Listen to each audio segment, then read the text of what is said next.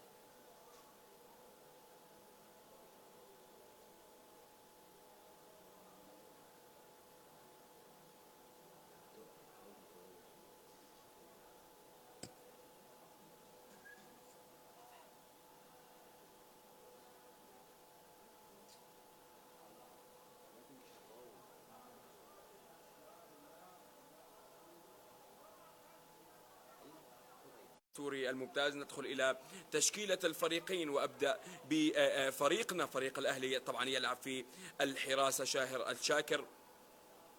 الكرة تعود على اليمين بمحاولة تلعب، ولكن الكرة تعود على اليمين بكرة تلعب أمامية ولكنها تعود مرة أخرى.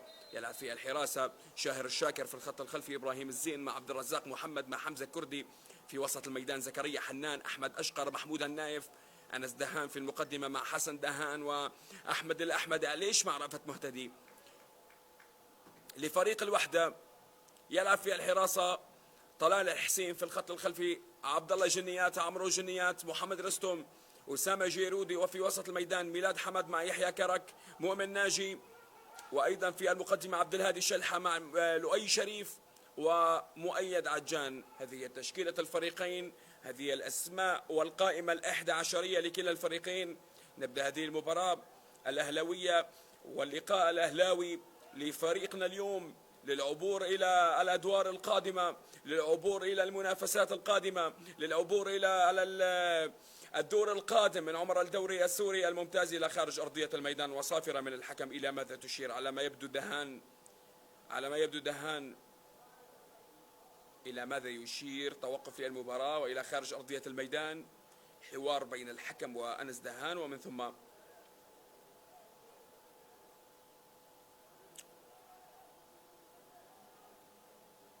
كرة تعود.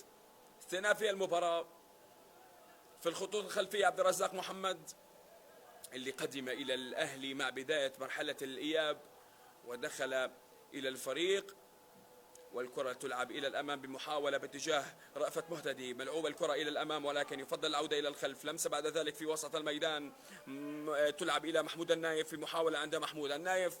الكرة تلعب في وسط الميدان، لمسة عند أحمد أشقر، كرة تلعب على اليمين بعد ذلك إبراهيم الزين، والكرة الأمامية التي تلعب إلى الأمام ولكنها بين أحضان حارس المرمى. ومن ثم عادت الكرة وحدوية عند طلال الحسين.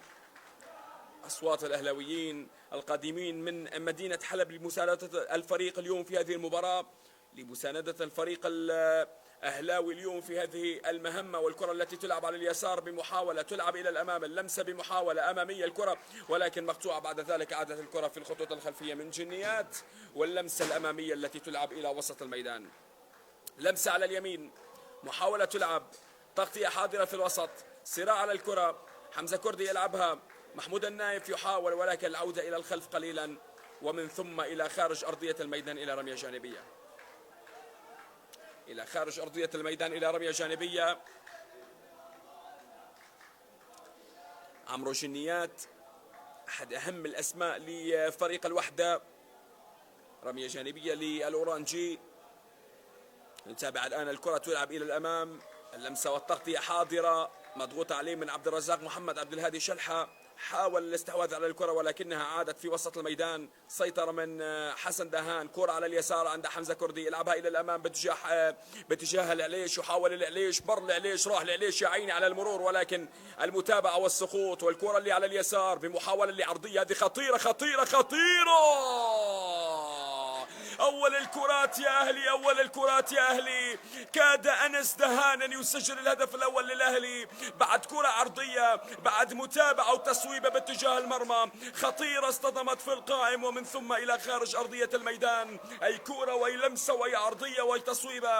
أنس دهان كاد أن يسجل الهدف الأول للأهلي. تتحول إلى خارج أرضية الميدان وتتحرك القمة، تتحرك المباراة بركلة ركنية لصالح فريق الأهلي. نتابع الآن الكرة العرضية الرأسية الله،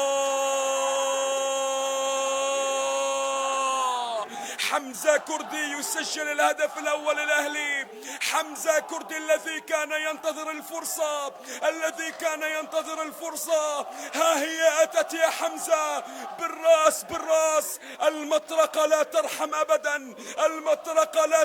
أبدا، هذه هي الكرة، هذه هي اللمسة والعرضية. يا عيني على حمزة ويا عيني على كردي. شوف الكرة وشوف العرضية مع بالبداية السعيدة حمزة برأسية جاءت في المرمى يا أهلي. أي كورة أي كورة يا حمزة، أي كورة يا مطرقة. هنا دائما يسجل، هنا دائما يسجل ليقول للجميع حمزة ها أنا في أرضي، ها أنا في ملعبي. يسجل الهدف الأول بعد كورة خطيرة وصعبة على المرمى إلى خارج أرضية الميدان. الهدف الأول. تتحرك القمة، تتحرك القمة وتتحرك المباراة بأي لمسة.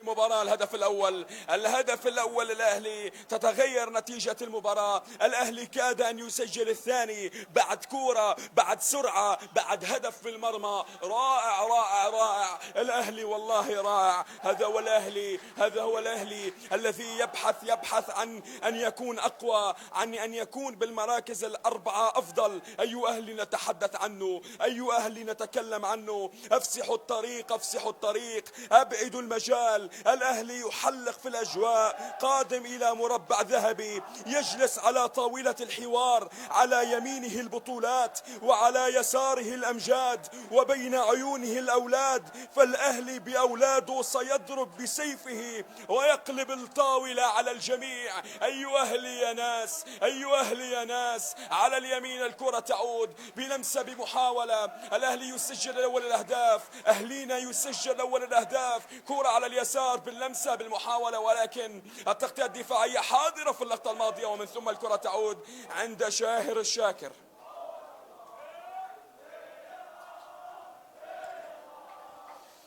تعود الكرة عند شاهر الشاكر. حمزة كردي يسجل الهدف الأول له مع فريق الأهلي بعد كورة وبعد رأسية ومتابعة وكورة في الوسط. لمسة عند محمود النايف والكرة بالعودة إلى الخلف. تتغير نتيجة المباراة والكرة في الخطوط الخلفية. لمسة بعد ذلك والكرة الأمامية رأفت مهتدي، والكرة اللي على اليمين أنس دهان. يتحرك الكرة في الوسط. اسمع أصوات الأهلاويين، اسمع أصوات الأهلاويين. والكرة اللي على اليسار وينو حسن يحاول المرور، يحاول العبور، يحاول الهرب بكرة أمامية بلمسة بعد ذلك. كرة على اليسار، يا عيني على اللمسة. الكرة تعود بمحاولة ولكنها بالتغطية الدفاعية من لؤي شريف. ومن ثم الكرة تعود ميلاد حمد بلمسة في وسط الميدان. يا عيني على الكرات ويا عيني على الأهلي الذي يقاتل على مباراة يجب أن يقاتل بها حتى في كرة السلة. فهناك أيضا منافسة بين الأهلي وبين الوحدة في الباسكتبول وفي الفوتبول، في كرة القدم وفي كرة السلة. المنافسة شرسة، لا تقبل القسمة على اثنين بين الأهلي وبين الوحدة. ثار قديم، ثار قديم وأيام قديمة بين الأهلي والوحدة، ومنافسات على كل الأصعدة في القدم وفي السلة. وهنا في القدم يتقدم الأهلي بهدف دون مقابل.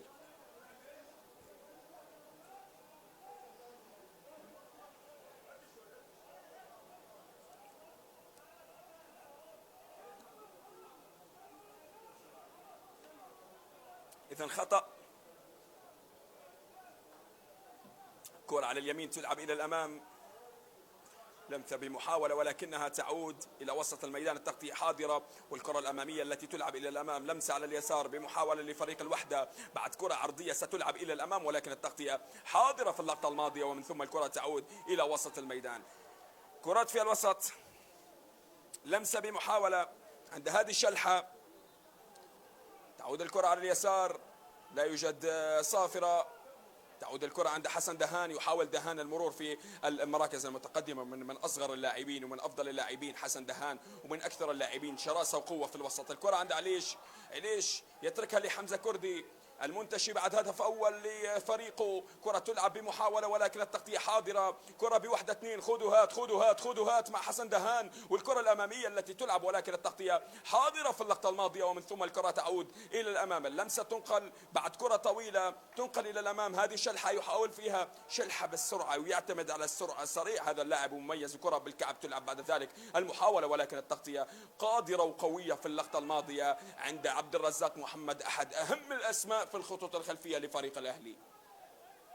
كرة تلعب على اليسار.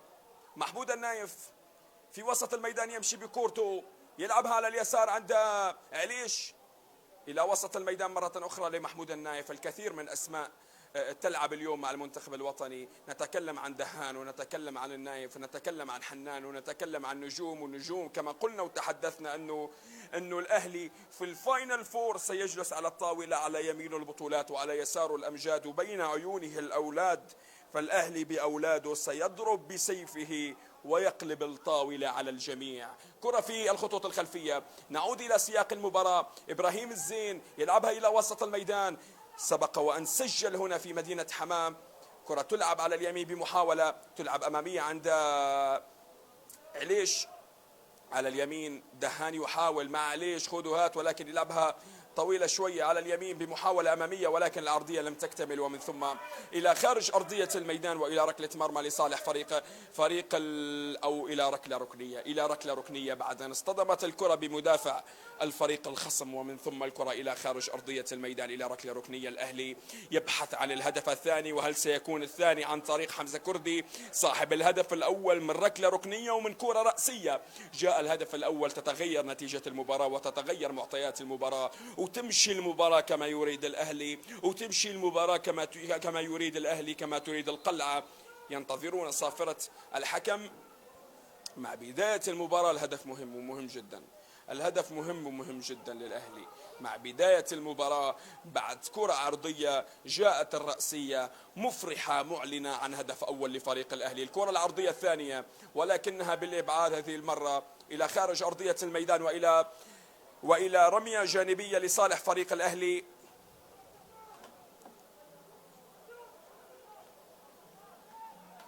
نتابع الآن الكرة التي ستلعب برمية جانبية لفريق الأهلي. نتابع وننتظر. تنقل إلى داخل المنطقة. يحاول السيطرة على كورته مهتدي يحاول مهتدي السقوط ولكن المتابعة والحكم يشير إلى المتابعة في اللقطة الماضية. كرة تلعب على اليمين. ما زالت الكرة عند الأهلي. الكرة اللي على اليمين بمحاولة عند دهان بلمسة إلى الأمام. هذا حسن يحاول فيها المرور أكثر. يا عيني على المساحات الضيقة. يعرف يهرب. والكرة اللي على اليمين بمحاولة أمامية. زكريا هات حنان العرضية ولكنها بين أحضان طلال الحسين، والحكم طبعا يشير إلى أن الكرة خرجت خارج الملعب وإلى ركلة مرمى لصالح فريق الوحدة الدمشقي. أيضا أحد أعرق الأندية في سوريا، ولكن عندما نتكلم عن العراقة ونتكلم عن التاريخ فالأهلي هو البطل الأول في هذه البطولة، في بطولة الدوري، زعيم البطولة كما تكلمنا سابقا أنه حبيب البطولات وصديق الذهب.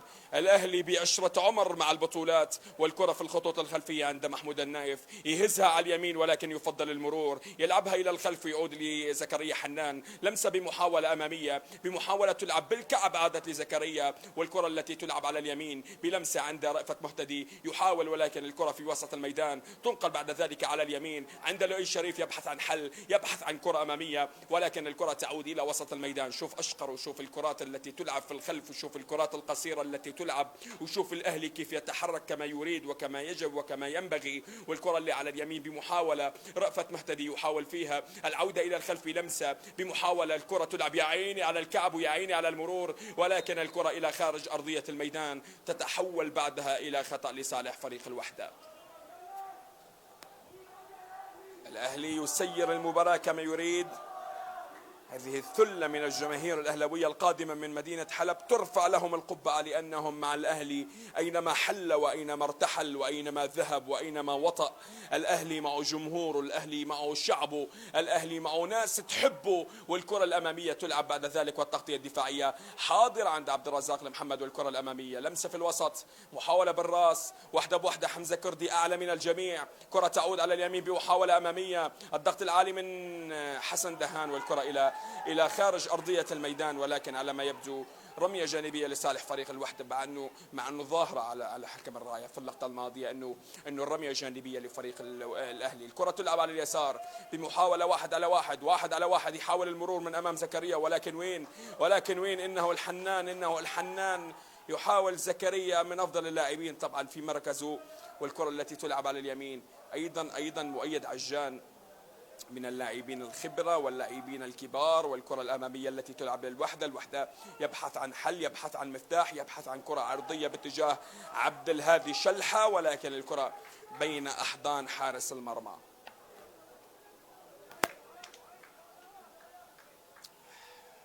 كرة في وسط الميدان، أحمد أشقر يضيق المساحات، يلعبها مع محمود النايف، يترك الجهة اليمين ويلعبها بلمسة عند أحمد أشقر، يحاول ومن ثم الكرة تنقل إلى الأمام بمحاولة أمامية البينية، ويا عيني على البينية والكرة الأمامية، ولكن الكرة بالإبعاد من الدفاع في اللقطة الماضية. رستم في اللقطة الماضية بكل براعة وقوة أبعد أبعد الكرة من أمام أحمد أشقر. والكرة الأمامية شوف مؤيد هذا عجان وكأنه ابن ال21 أي مرور وأي عبور وأي سرعة، ولكن زكريا حنان متواجد قوي في مركزه في الخطوط الخلفية. بعد كرة أمامية أبعدها بكل قوة وإلى خارج أرضية الميدان. سلامات لأحمد أشقر بعد السقوط في الكرة البينية التي لعبت، ومن ثم إلى خارج أرضية الميدان تتحول الكرة. الأهلي والوحدة وثلث ساعة تقريبا مضت من عمر الشوط الأول، والنتيجة 1-0 للأهلي عن طريق حمزة كردي، اللي كان يبحث عن فرصة، اللي كان يبحث عن أن يكون أو يعطى الفرصة كما يجب، لأنه كان يبحث عنها منذ بداية الموسم. الفترة اللي لعب مع الأهلي فيها طبعا هو من أفضل اللاعبين، لعب لفترة، ومن ثم كان هناك دور لمحمود العمر في مركزه، وأيضا هو لاعب شاب ولاعب مميز، ولكن عاد حمزة كردي ليثبت للجميع أن المطرقة تحضر في الوقت المناسب.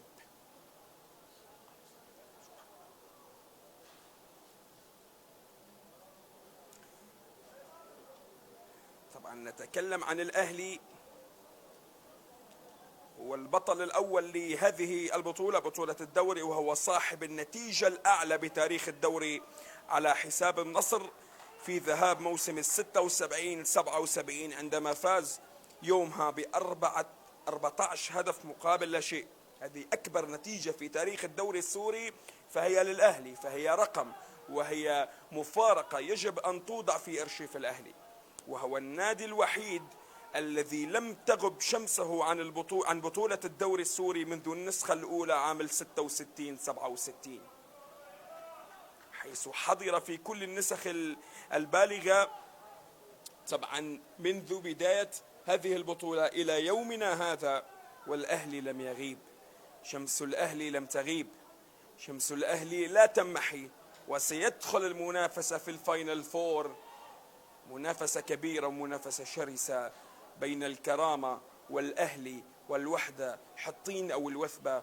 هناك أيضا الكثير من الأسماء والكثير من النجوم ستكون حاضرة والعيون على الفاينل فور. كرة على اليمين، نعود إلى المباراة، لمسة 1-على-1، يفضل حسن دهان العودة إلى الخلف، ولكن يقاتل على كورته، ومن ثم التغطية حاضرة. الكرة في الوسط بمحاولة أمامية تلعب على اليسار، بلمسة بمحاولة الرأسية، الكرة التي تلعب على اليمين عند مؤمن ناجي، ولكن الكرة تلعب بعد ذلك عند زكريا حنان وإلى خارج أرضية الميدان إلى رمية جانبية لصالح فريق الوحدة. يتحرك الوحدة،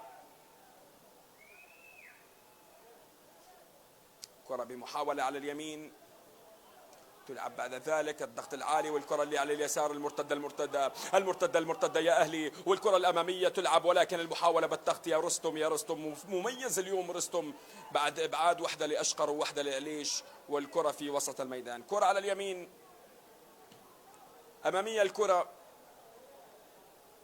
تغطية حاضرة، عبد الرزاق محمد، لمسة عند حمزة كردي، يلعبها إلى الأمام، يغطي على كورته، مضغوط عليه، كرة تعود بضغط عالي ومن ثم في وسط الميدان، كرة على اليمين بمحاولة، لمسة عند حسن دهان، يلعبها على اليمين عند أنس، يحاول أنس المرور والعبور، هذا اللاعب المميز، هذا اللاعب المهاري، والكرة الأمامية التي تلعب إلى حسن دهان، التغطية حاضرة إلى خارج أرضية الميدان وإلى رمية جانبية لصالح فريق الأهلي.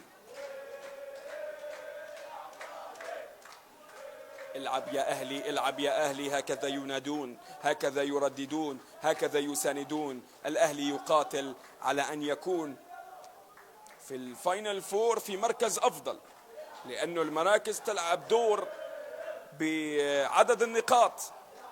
كرة تلعب على اليمين واللمسة إلى الأمام، كادت أن تصل إلى مهتدي، لمسة وتغطية حاضرة في اللقطة الماضية، وإلى خارج أرضية الميدان وإلى رمية جانبية.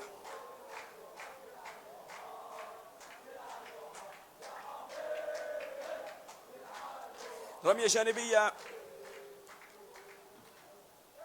كرة تلعب إلى الأمام، لمسة بعد ذلك، تغطية حاضرة، كرة أمامية، مضغوط عليه والكرة في الوسط. شوف الكرات التي تلعب في وسط الميدان، لا مجال للحديث في مثل هكذا مباريات، فهي لا ديربي ولا كلاسيكو، فهي أقوى بكثير. كرة على اليسار، إبراهيم الزين أقوى أسرع، يصل إلى الكرة ويبعدها إلى خارج أرضية الميدان.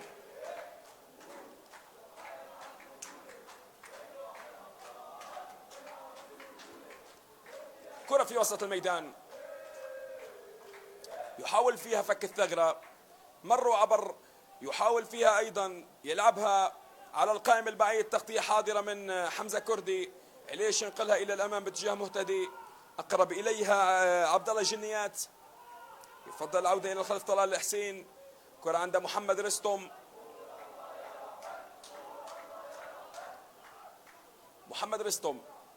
يلعبها إلى الوسط، خاطئة تعود لأهلينا، كرة في الوسط، الأهلي يتحرك بمحاولة أمامية بلمسة بكرة عند دهان هو الحل، يلعبها لمهتدي، الكرة الأمامية، ولكن مهتدي والكنترول وتسلل في اللقطة الماضية، أوفسايد على رأفة مهتدي في اللقطة الماضية، ومن ثم الكرة تعود وحدوية في الخطوط الخلفية.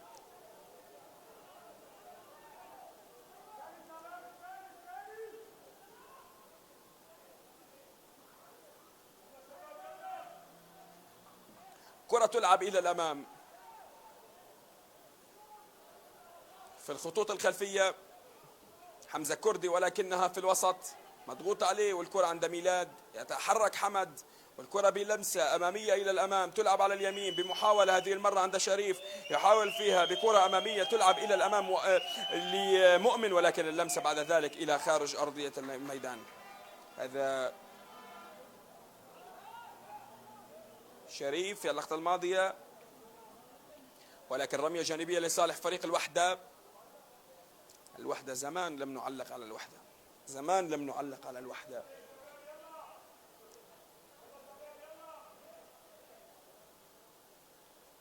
رمية جانبية تلعب على اليسار، محاولة للمرور، ولكن مضغوط عليه من أنس دهان، التغطية حاضرة من محمود النايف، ولكن الكرة إلى خارج أرضية الميدان، كانت قوية الكرة، ولكنه أبعدها إلى خارج أرضية الميدان وإلى ركلة ركنية لصالح فريق الوحدة الذي يبحث عن حل ويبحث عن مفتاح للعودة بالنتيجة وتسجيل هدف التعادل.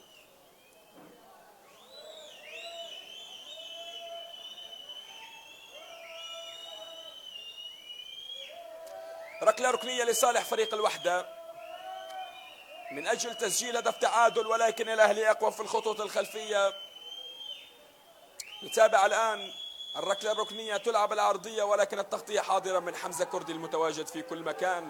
بعد الهدف الأول كرة تلعب على اليسار، دهان يا دهان، دهان يا دهان، يا عيني على دهان، شوف دهان، من دهان إلى دهان، الكرة عند أنس، بلمسة عند أنس، هذه خطيرة، ولكن رستم مرة أخرى والتصويب، الله الله الله، كرة بتصويبة ولكنها إلى خارج أرضية الميدان وإلى ركلة مرمى تلعب بسرعة في وسط الميدان. الوحدة أيضا يتحرك في الوسط، هي فرصة كانت لتعزيز النتيجة، هي فرصة كانت لتسجيل الهدف الثاني في شباك فريق الوحدة، ولكن الكرة تلعب إلى خارج أرضية الميدان مرة أخرى بالقوة والإصرار. يبعدها محمود النايف إلى خارج الملعب وإلى رمية جانبية لصالح فريق الوحدة. عمرو جنيات أيضا عندما نتكلم عن عمرو جنيات ومؤيد عجان ونتكلم أيضا من الجانب الأهلاوي، فنحن أمام مدارس كروية كبيرة وعظيمة، بعيدا عن الصراع في كرة القدم وبعيدا عن المنافسة الكبيرة بين الفريقين، ولكن عندما نتحدث عن الوحدة كمدرسة دمشقية كبيرة وعريقة خرجت الكثير من النجوم للمنتخب الوطني. وأيضا لابد نتكلم عن حلب، عن القلعة الأهلاوية التي لم تكل أو تمل عن تخريج الأساطير للكرة السورية. كرة تلعب على اليسار، الوحدة يتحرك، لابد أن نعود إلى المباراة، ولكن عرضية بعيدة عن الكل وإلى خارج أرضية الميدان وإلى ركلة مرمى لصالح فريق الأهلي. طبعا أعوام الحصاد لفريق الأهلي كانت في 1967، وأيضا عاد ليكرر ما فعل في الموسم الماضي في 1968. في 77 عاد الأهلي ليكون البطل، بال 93 أيضا هو البطل، في 1995 الأهلي متوج، وآخر بطولة دوري حصدها الأهلي في 2005. كرة تلعب على اليسار بمحاولة ولكنها إلى خارج أرضية الميدان، إلى رمية جانبية لصالح فريق الأهلي أو لصالح فريق الوحدة. جرنا الحديث عن الأهلي وجرنا الحديث عن عوامل الحصاد للأهلي. نعود إلى المباراة والرمية الجانبية التي تلعب والعرضية اللي يبحثون عنها، ولكنها بالإبعاد إلى خارج أرضية الميدان وإلى ركلة ركنية.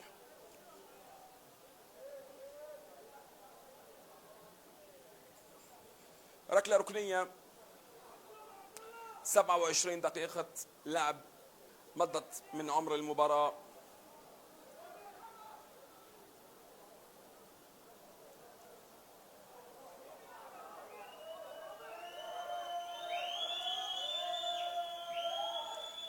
بالعرض تلعب التغطية، تعود لمسة بعد ذلك تصويبة ولكنها تلعب على اليمين بمحاولة إلى الأمام، ليش؟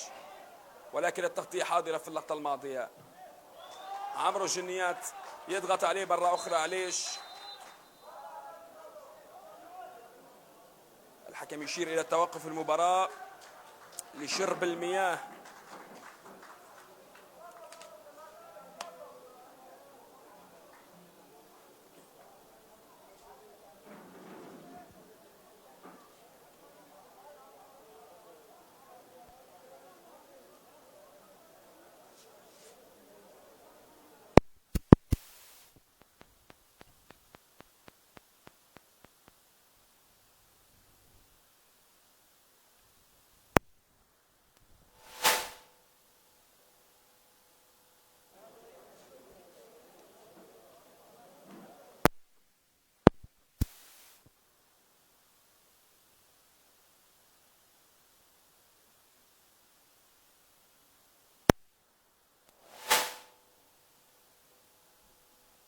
بعد ركلة ركنية لعبت إلى داخل منطقة الجزاء، ومن ثم إعلان الهدف الأول بعد رأسية من حمزة كردي. تتوقف المباراة، وهذه الإعادة لكرة الهدف في اللقطة الماضية. شوف كيف لعبت الكرة العرضية، وشوف كيف المتابعة الرأسية من حمزة كردي، أي قوة بالرأس، يسجل هدف أول ويعلن عن تغيير النتيجة وتغيير الورقة لصالح فريق الأهلي بهدف دون مقابل.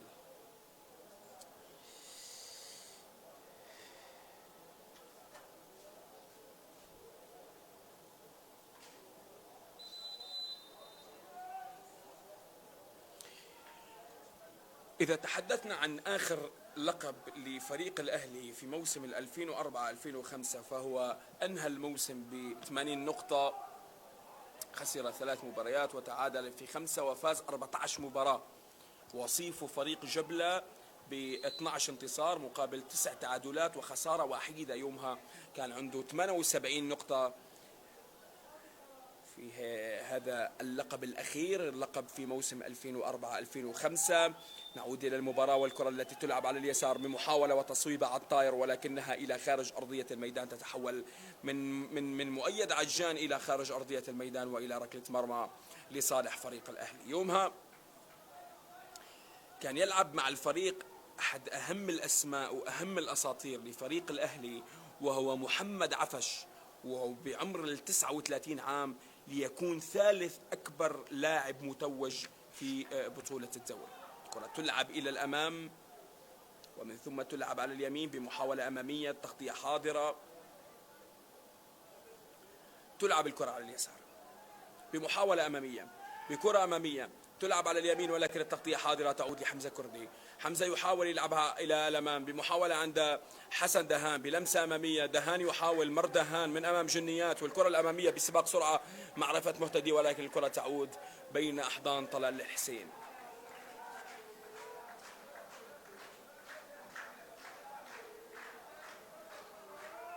كرة إلى الأمام تلعب فيها الوسط،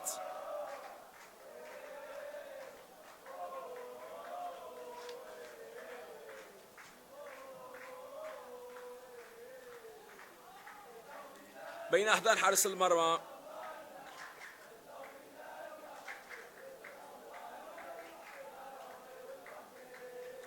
تصحيحا للمعلومة أنه الأهلي في آخر بطولة أنهى الموسم ب53 نقطة. الوصيف هو فريق الكرامة ب50 نقطة. تلعب الآن الكرة إلى الأمام بمحاولة ولكنها بين أحضان حارس المرمى. هذه النسخة اللي تكلمنا عنها أنه حقق 80 نقطة وكان يليه فريق جبلة في موسم 1994-95، ولكن الآن الكرة اللي على اليسار هذه أهلوية خطيرة ولكنها إلى خارج أرضية الميدان ومن ثم إلى ركلة مرمى أم ركلة ركنية لصالح فريق الوحدة. لا نعلم ما هو قرار الحكم، يشير إلى ركلة ركنية لصالح فريق الوحدة في اللقطة القادمة. تكلمنا سلامات طبعا للاعب الساقط على الأرض زكريا حنان. تكلمنا يومها عن موسم 1994-1995 ولكن إن تكلمنا عن 2004-2005 فالأهلي متصدر ب53 نقطة، يليه الكرامة ب50 نقطة. تكلمنا عن معلومة العفش فهو في موسم 2004-2005 يومها لعب 26 مباراة ففاز ب15 مباراة مقابل 8 تعادلات و3 خسارات، مسجلا 50 هدف وبمرماه 20 هدف فقط. تناوب على تسجيل أهداف كل من السنغالي ماديو كوناتي، وطبعا 13 هدف لهذا اللاعب وأنا صاري ومحمود آمنة 6 أهداف. تلعب الآن الكرة العرضية، نعود إلى المباراة. لا مجال للحديث أكثر عن الأرشيف ولا مجال للحديث أكثر عن الماضي، فالأهلي يتحرك في الحاضر وفي القادمات، يبحث عن هدف ثاني. هذه طويلة، هذه مساحات دهان يحاول يبحث عن كرة أمامية، كرة تلعب الله على مرور ولكن التغطية حاضرة. في اللقطة الماضية مر من الأول ولكن لم يستطيع الاختراق في الكرة الثانية. تعود محمود النايف، يعود. شوف مركز الثقل في الميدان وحجم القوة في المكان. محمود النايف يتحرك يلعبها ولكنها تعود إلى الخطوط الخلفية. الأهلي يتحرك في الوسط، لمسة عند أشقر، عادت الكرة لمحمود النايف، مضغوط عليه ولكن هو الضغط هو كل الضغط، والكرة في وسط. يا عيني على لمسة، يا عيني على كرة تلعب، يا عيني على كرة أمامية ولكن كان متأخر شوية زكريا حنان. ولو كانت لأنس دهان لكانت أقرب من زكريا في اللقطة الماضية. كرة تلعب في وسط الميدان، حسن دهان يتحرك يحاول المرور، مر وعبر. يا عيني على اللمسة، الله على كرة، الله على لاعب مهاري، الله على لاعب شاب، الله على لاعب ساحر يلعب بأقدامه، يقاتل في أفضل حلة وأفضل كرة يلعبها في وسط الميدان، يلعبها بعد ذلك عند الأشقر. لمسة عند محمود النايف، تناقل للكرات وكأنه يلعب مباراة نهائية، يبحث عن هدف ثاني، يبحث عن فرحة ثانية، يبحث على أن يكون مؤمن للنتيجة، دخول للقادمون من الخلف. عبد الرزاق محمد يلعبها على اليسار، لمسة بوحدة، الكرة اللي على اليسار، هاد دهان، هرب دهان لعبها بالعرض ولكن التغطية حاضرة في اللقطة الماضية. كرة تعود مرتدة، الوحدة يلعب على المرتدات ويلعبها على اليمين شلحة، ولكن هناك راية وهناك تسلل على عبد الهادي في اللقطة الماضية.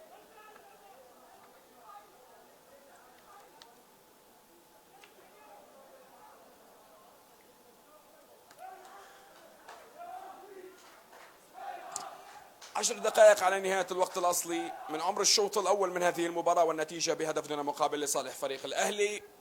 سجل الهدف حمزة كردي بعد كرة عرضية، كرة تلعب على اليمين بمحاولة عند دهان، لمسة بمحاولة سيطر عليها ولكنه يسقط، لا يوجد صافرة من الحكم، ومن ثم الحكم يشير إلى أن الكرة خرجت إلى خارج أرضية الميدان وإلى رمية جانبية لصالح فريق الوحدة. تلعب الآن الكرة في وسط الميدان، تغطية وكرة أمامية لعبت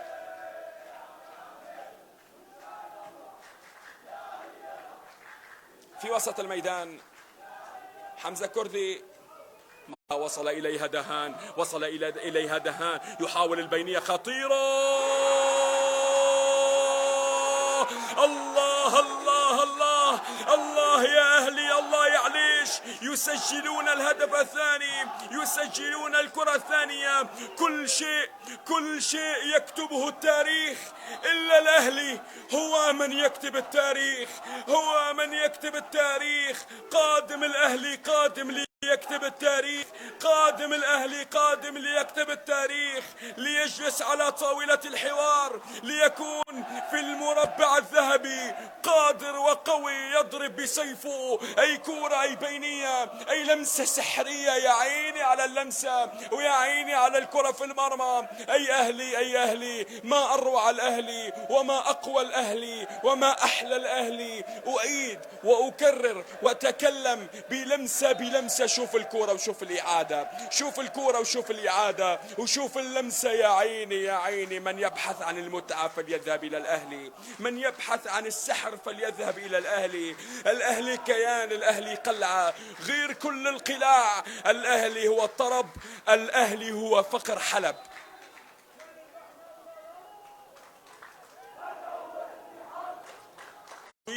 ولكنها تعود، التسديدة ولكنها إلى خارج أرضية الميدان وإلى ركلة مرمى لصالح فريق الوحدة.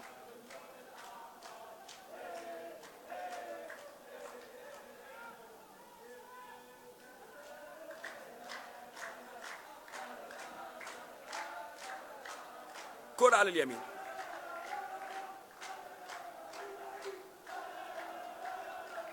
محاولة تلعب على اليمين. عليش هي كرة في المرمى، سقوط صافرة وخطأ لصالح فريق الأهلي. تلعب الكرة على اليسار بمحاولة أمامية، 1 على 1، يبحث عن العرضية الثانية في المرمى ولكن دهان، ومن ثم الكرة إلى خارج أرضية الميدان.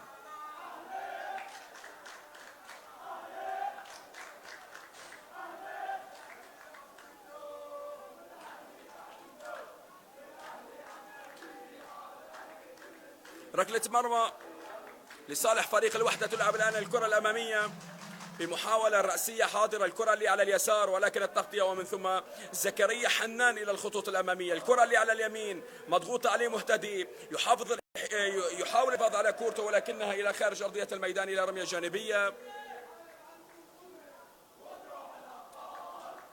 كرة في الوسط، عمرو جنيات يبحث عنها، عن كرة أمامية، عن كرة بينية. التغطية والكرة الأمامية، الرأسية حاضرة، الكرة اللي على اليمين مضغوطة عليه ولكن هو أسرع، ولكن هو أقوى، ولكنه الفتى الذهبي. كرة على اليمين دهان، يفضل العودة إلى الخلف زكريا. هاد حنان لدهان ومن دهان لحنان، ويا عيني على الأهلي. كرة تعود في الخطوط الخلفية بلمسة في الوسط. استمتعوا بهذا الأهلي، والكرة في الخطوط الخلفية.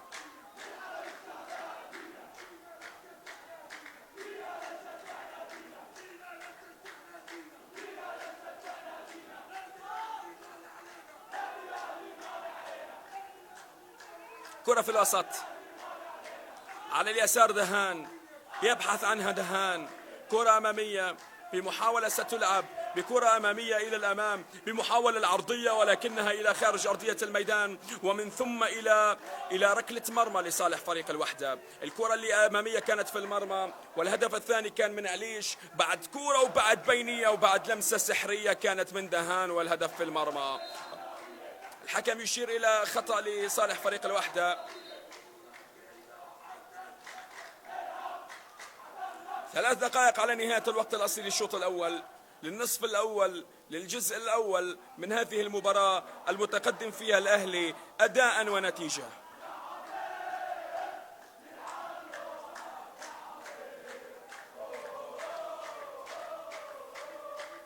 تلعب الآن الكرة بمحاولة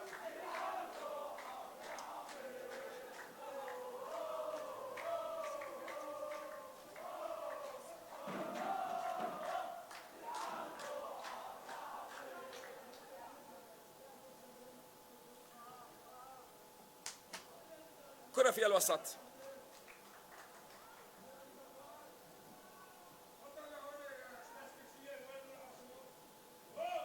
كرة تلعب على اليسار،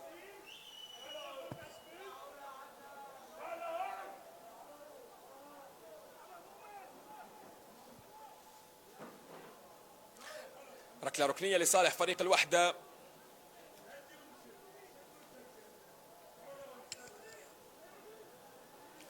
ركلة ركنية لصالح فريق الوحدة، يبحثون عن هدف لتقليص الفارق. الكرة أمامية، هل ستكون في المرمى؟ يتابع الآن الكرة العرضية تلعب ولكن التغطية حاضرة، ومن ثم الكرة المرتدة لفريق الأهلي. يتحرك الأهلي في الخطوط الأمامية، الكرة اللي على اليمين تنقل إلى الأمام ولكنها التغطية حاضرة في اللقطة الماضية، ومن ثم الكرة عادت للجنيات. لمسة في الوسط، تعود الكرة عند محمود النايف، يتحرك النايف في الوسط، النايف يلعبها إلى الأمام، هذه خطيرة للأهلي، خطيرة للأهلي ولكنها بين أحضان حارس المرمى طلال الحسين في اللقطة الماضية، ومن ثم الكرة تعود، ومن ثم المحاولة في وسط الميدان. يتحرك بكرة في الوسط، بكرة أمامية للوحدة ولكنها تعود على اليمين، ولكن التغطية، ولكن الكرة، ولكن البينية أقوى وأفضل في الخطوط الخلفية. زكريا حنان، والكرة اللي على اليسار بمحاولة ولكنها تعود بلمسة، بمحاولة بكرة أمامية تلعب في وسط الميدان. لمسة عند حسن دهان بكرة أمامية ولكن التغطية والعودة إلى الخلف عند حمزة كردي. تناقل للكرات في وسط الميدان من حسن دهان إلى محمود النايف إلى أحمد أشقر، إلى كرة تلعب على اليمين عند أنس دهان. استقبال للكرة وسيطر على الكرة، 1 على 1 ممكن يمر، يحاول فيها المرور، يحاول فيها الاختراق، والكرة في الوسط يفضل العودة إلى الخلف عند محمود النايف، ومن ثم الكرة تلعب إلى الأمام، إلى الأمام عند مهتدي، إلى الأمام عند مهتدي ولكنها إلى خارج أرضية الميدان، تتحول بعدها إلى رمية جانبية. الوقت الأصلي انتهى، دقيقتين وقت بدل ضائع عن نهاية الشوط الأول والجزء الأول من هذه المباراة، والأهلي هو المتقدم من نتيجة بهدفين مقابل لا شيء.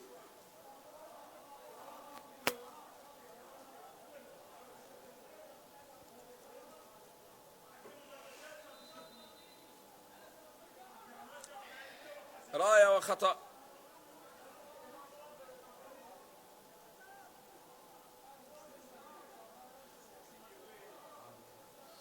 هذه الريبلي والإعادة لكرة الهدف الثاني بعد كرة، بعد بينية رائعة جدا في اللقطة الماضية. شوف الكرة وشوف اللمسة وشوف البينية التي لعبت إلى الأمام، والهدف الثاني عن طريق عليش ليعلن التقدم من جديد للأهلي. كرة في الوسط، محمود النايف إلى خارج أرضية الميدان،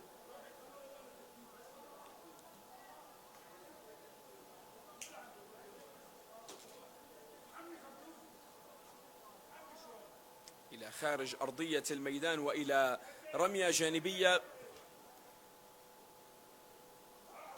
كرة تلعب ولكنها تعود، لا يوجد توقف للمباراة كما يشير حكم الساحة، ولكنها تعود في الخطوط الخلفية.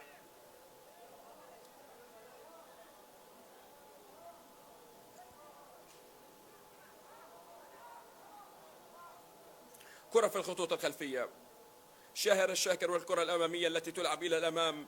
لمسة باتجاه مهتدي، أطول وأعلى كان رستم في اللقطة الماضية، تلعب بعد ذلك على اليمين. لمسة بمحاولة أمامية أحمد أشقر يحاول، مضغوط عليه، الكرة عادت في وسط الميدان، لمسة لفريق الوحدة في الوسط، بلمسة عند مؤمن. هذا ناجي، راح ناجي يحاول أكثر لعب الكرة البينية إلى الأمام، ولكن شوف الكرة، شوف إلى الأمام العرضية، ولكنها بين أحضان حارس المرمى. عادت والحكم يعلن عن نهاية الشوط الأول والجزء الأول من هذه المباراة. لا تبتعدوا عن الموقع الرسمي للنادي الأهلي وانتظرونا بالشوط الثاني، والسلام عليكم ورحمة الله.